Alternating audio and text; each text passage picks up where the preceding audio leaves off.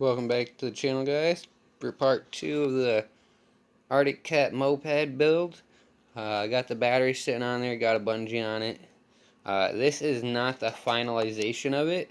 There's still quite a bit I want to do. I want to get the wiring harness actually nice on it and neat. But I got a temporary tank on there now. It's actually hooked up. It's off the intruder that I was going to put on here. Throttle's hooked up officially. Brakes officially hooked up. Right now I'm actually about to sit down and cut all this tape and hosing off the wiring harness. That way I can try to get whatever is running from this clip unhooked from up here. That way I can get the kill switch, the electric start, and then maybe the headlight and blinker switch. And then try to eliminate the mess of this. So I don't want all of this mess. So I'm about to just cut along here, strip all this back, and see how it goes. I'll bring you guys back here in a couple minutes when I have that stripped off. Alright guys, so as you can see, I have completely removed the wiring harness from this, except for that little plug-in.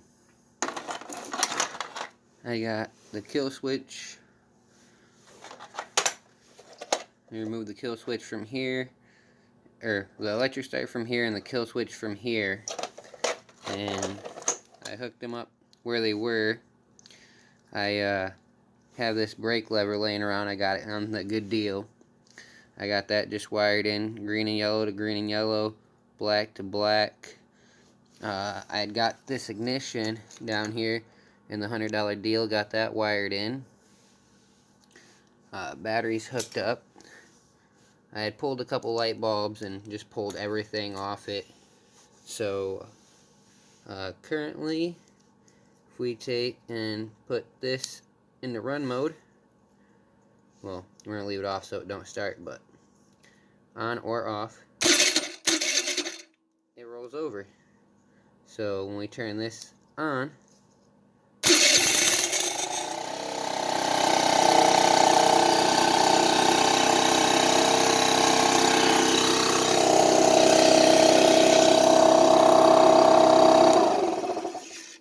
it was trying to run away. So I had to put the phone down for a second so I could hit the kill switch. So kill switch works, electric start works, brake lever works, because now that we close the circuit like this, and we try to push the button, and nothing.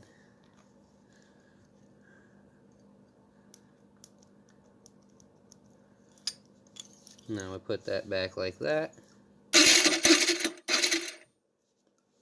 So as long as my brake lever is hooked up and I pull the brake lever, I have power to the button, so everything's wired up. Now I gotta get some electrical tape and finalize this mess. So that'll probably be in part 3.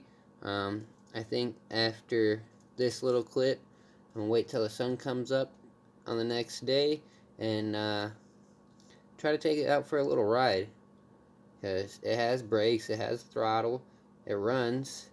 So I just have to mount this little kill switch somewhere that's handy, so if it tries to run away. That might be part 3, me riding it, and might finish this up and try to finalize things.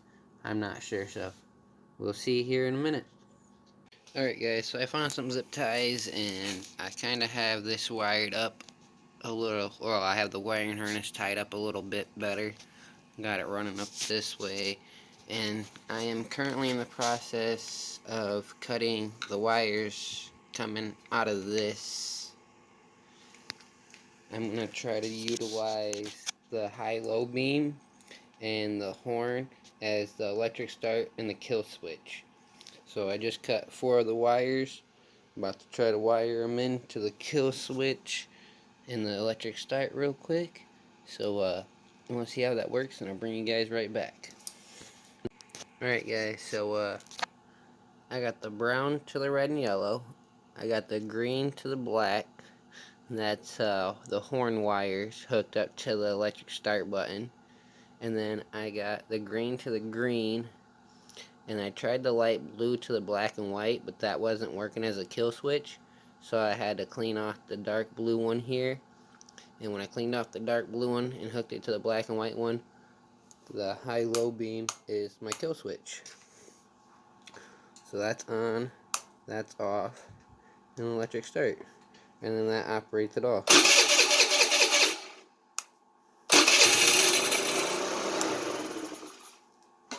So, you got hand controls, brake, throttle, kill switch, electric start. So, it's ready for a ride. I need to do a little bit of finalization on my wiring harness, but I'll probably do that off screen. I need to find another screw for the kickstart case because I only got one in it currently. And then I need to find a threaded barb for the tank to thread in here so I can run my gas line from here to here. And I can get rid of this temporary tank, cut these bolts off, cut this bracket down, make it where it's not so jagged and pointy, and try to find a seat for it.